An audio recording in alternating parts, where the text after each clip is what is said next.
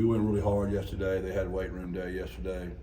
I think they gave me what they had, but you could tell we had paid for.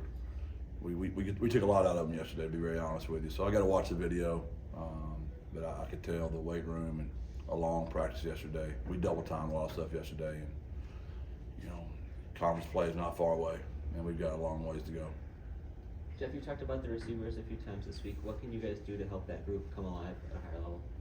Well, we've got to be better coaches and get them in space better, and we've got to protect our quarterbacks when we get the ball to them. You talked in previous years about how important the blocking component of that job is. I don't think we've talked about that much this year. How does the new group kind of perform in that regard? We've been okay at that. We haven't really thrown it out there as much as we probably need to yet. But we've been okay at that. It just takes time. And I know when we've had moments we've done well. We just hadn't done it enough.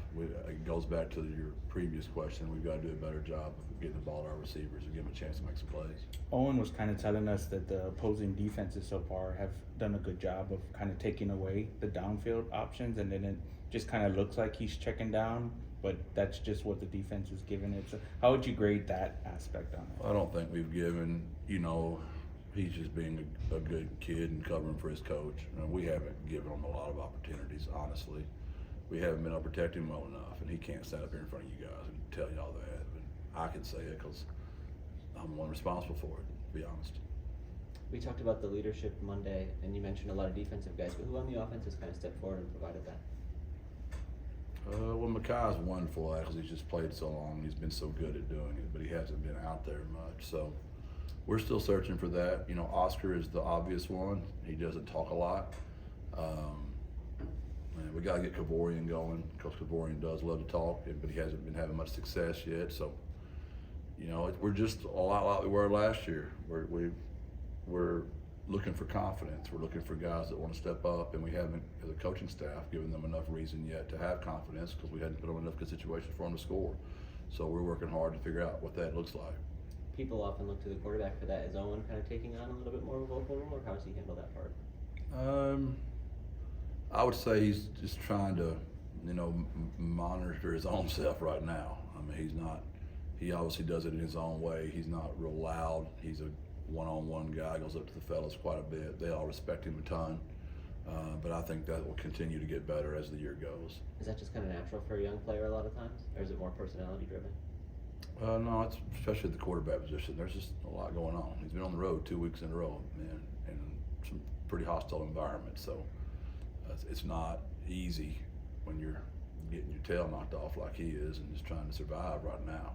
The game will slow down for him. It slowed down tremendously for him last week, which will allow him to pour into others more.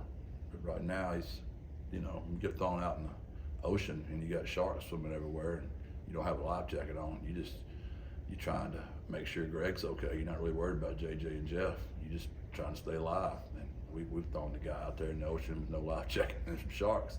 So we haven't really set him up too much for success just yet. Silly analogy, but it's the first thing that came to my mind. Jeff, along those lines, it seems like the kind of mental side of things a lot with the guys is they're still pretty positive. Yeah, they've been great. They're just waiting for it to turn, and it always turns here. That's why I love them so much. I've been with them now for 5 years, and we've only had one time we were all happy in September. We're about a 500 club historically, and we're trying to get back there right now. And you find out about people. When you're winning, it's easy to coach football. It's easy to come in here, but when you're losing, you get your teeth kicked in like we are right now. You find out about the people, and we got a lot of guys that love the team and love ball, and they're still showing up and practicing. So we got a chance to be better. I think you guys have started a different pair at corner in every game so far. Is it just kind of giving everybody in the room a shot to be in that spot, or what goes into that? It's up to them. They earn it each week. Nick Graham runs a tight room, and they get right, they'll play. They don't get right, they won't play. Jeff, what does Houston Christian do good offensively? Are they still kind of up-tempo spread? Yeah, spread out, big splits in the line, and get the ball to their athletes in space and play really fast. It's a very, Western Kentucky, South Florida, Baylor, old days like the speed of tempo. You talked about some third down struggles for your offense. Is it just the quality of the opponent you face, or is there something you identified there that you need to look at? No, we got to figure out what our guys can do. And when you play quality opponents, you can kind of get a good beat on that. Getting Mekhi back and Kamara playing so well, it's going to allow you to throw the ball down the field more. Those tackle positions are important. I mean, so when we got to win the outside lanes, when we do it, we have tried. We've talked about it. We had the big drop coming out of our own end zone against Texas State. That was a big drop. But I know Woody's a good football player. Woody's going to make that play. We got to keep giving him a chance.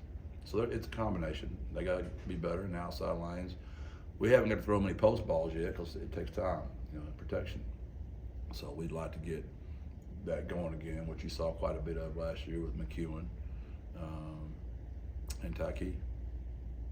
Jeff, I think Charlie Strong's going to be on the call this weekend. What's that dynamic like for you? Have you talked to him yet? I haven't, but I just know Charlie. I mean, he's a wonderful human. He's always had my back for forever. I don't know why he's always been so good to me. Through all the tough times we went through at Texas, he never said a cross word to me one time. I do think when you have been a head coach and you go become an assistant, I know what he goes through. So I think those are always the best assistants, guys that have been head coaches, because they know that no one feels like the head coach. I don't care what anybody says. I don't care what anybody tries to make you believe. Nobody feels like the head coach in the whole building but the head coach.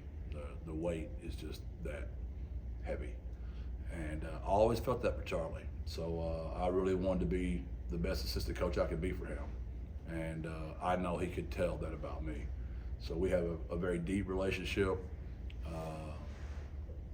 And I have nothing but the greatest things in the world to say about Charlie Strong. And I'm sure he'll have some funny things to say. He loves to make fun of me, and we've had a good time together through the years. And one of my favorite ones is when he interviewed me. I'm in Gilmer, Texas. I'm going to the big city of Austin. I'm thinking we're going to go eat at VY's or have some big steak. It's going to be something. He said, "Hey, Traylor, you know what today is, don't you?" I said, "No, sir." He said, "Today's Tuesday." I said, "Okay."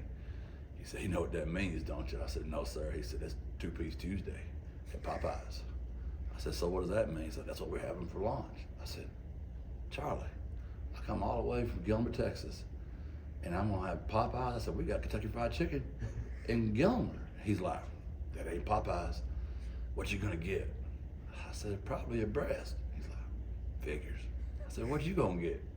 So that's when I promise he'll probably tell that story. That's hilarious, Coach. Would you be a college coach if not for him? You ever think about that? I had other job offers along the way. It wasn't the University of Texas. And I really liked Charlie. I really did. I just liked him. He's funny. He's a great recruiter. He's a really good football coach.